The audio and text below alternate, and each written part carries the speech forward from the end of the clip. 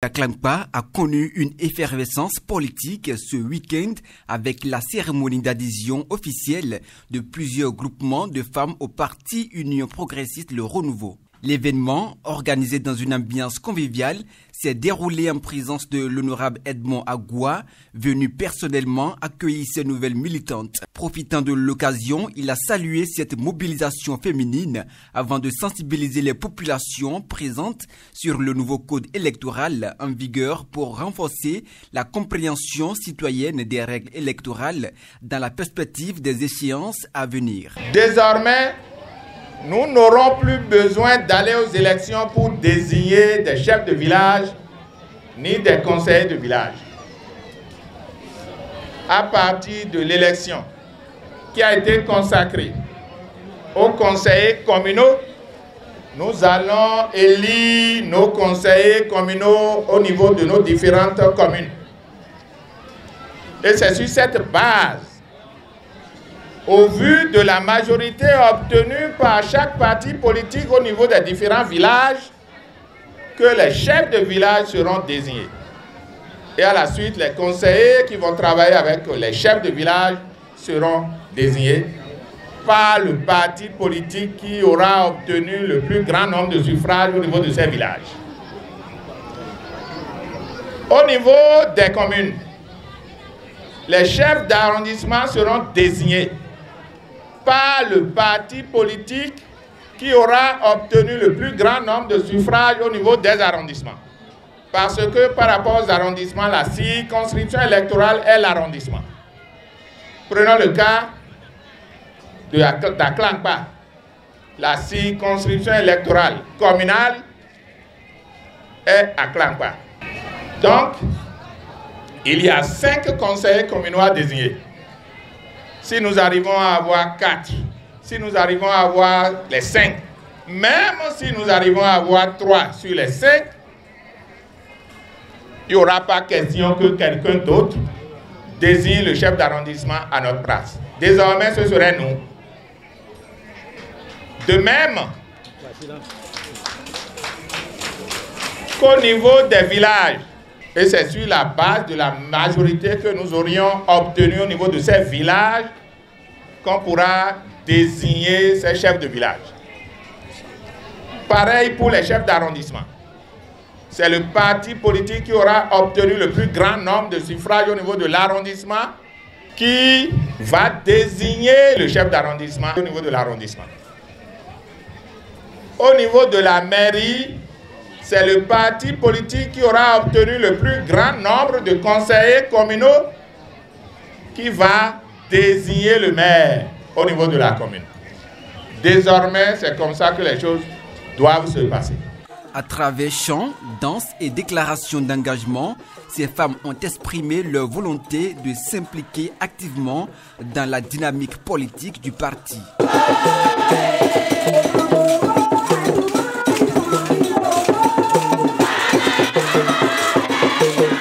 J'ai démissionné de mon ancien parti Mouel Bénin, où l'illusion a donné naissance à la déperdition et à l'échec. Nous avons choisi de mieux nous orienter, repositionner pour militer et nous l'avons prouvé. C'est bien sûr l'UPR, le géant.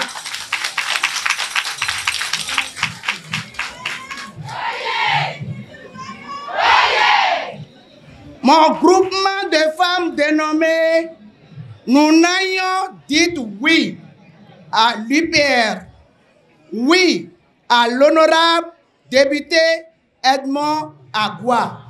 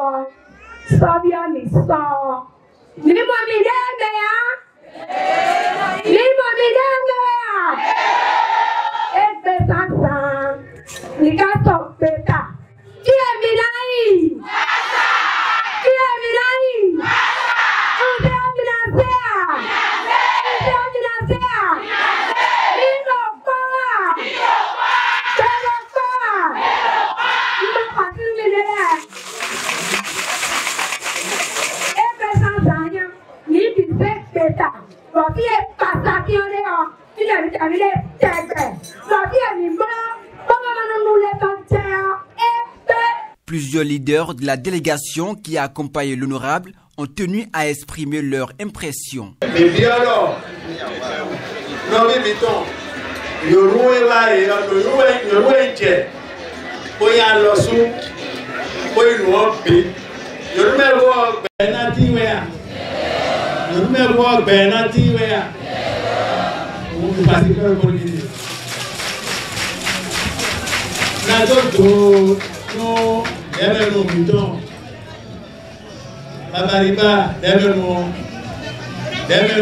Député, aide-moi, on a d'autres parce que si permis, on aussi ça fait, si on essaie, c'est grave, on a l'obligation, beaucoup d'eau, pourquoi À Klankpa, c'était le bastion de l'Union progressiste.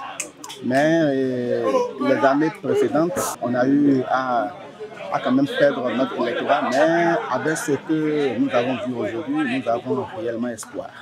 Nous avons réellement espoir en ce sens que la population d'Aklankpa a compris que désormais, la voie idéale, le parti qui puisse les sortir du sous-développement est l'Union progressiste, le renouveau.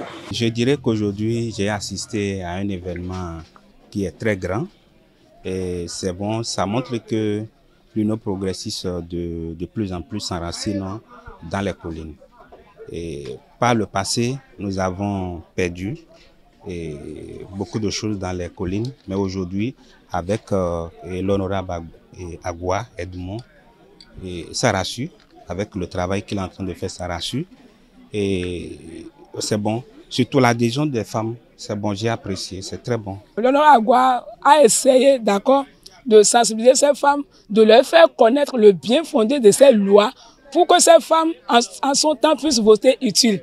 C'est de ça qu'il s'agit désormais. Vote utile au Bénin. Parce que les petits partis n'ont plus de la chance à cause des seuils de 20% ou de 10% pour les différentes sélections.